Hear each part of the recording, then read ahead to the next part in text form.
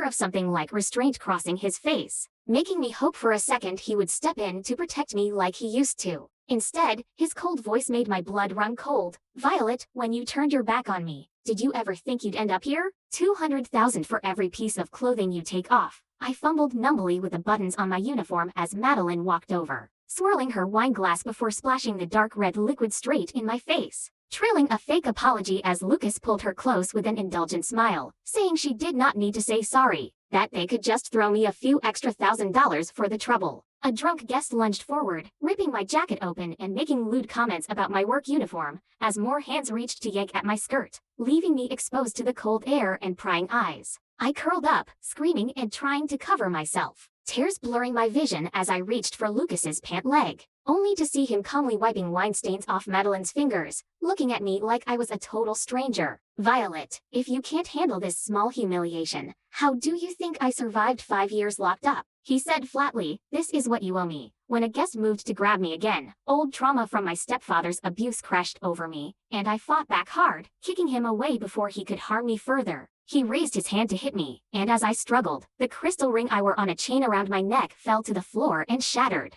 The room went dead silent as Lucas's eyes locked on the broken ring, the calm mask on his face cracking in an instant. He kicked the approaching man away from me, his voice low and furious as he ordered everyone to get out immediately. I scrambled to grab my torn clothes and ran back to my tiny rental, scrubbing my skin in the shower until it was raw and stinging, trying to wash off the sticky, humiliating feeling left from the encounter. When I reached for bandages, I found the old protective charm in my nightstand, the one Lucas had gotten for me by climbing 3,000 stone steps on his knees, praying at every step for my safety. I clutched it to my chest, remembering how he'd saved me when I tried to drown myself after my stepfather's abuse started. How he'd shielded me from my stepfather's fists, knelt in church for 3 days praying when I had kidney failure, worked odd jobs to pay my tuition, promising I'd never be scared again. My manager called yelling I was late, that a high-profile guest specifically requested me. I walked in to find Lucas at the head of the table, where a greasy guest groped me and played my stepfather's old abusive recordings for the room. And when Lucas sneered that I always chased attention, I slapped him, blacking out as blows landed on me right as Daniel burst in roaring that Lucas knew nothing of how I'd sacrificed everything to get him out of prison early and build his new elite life.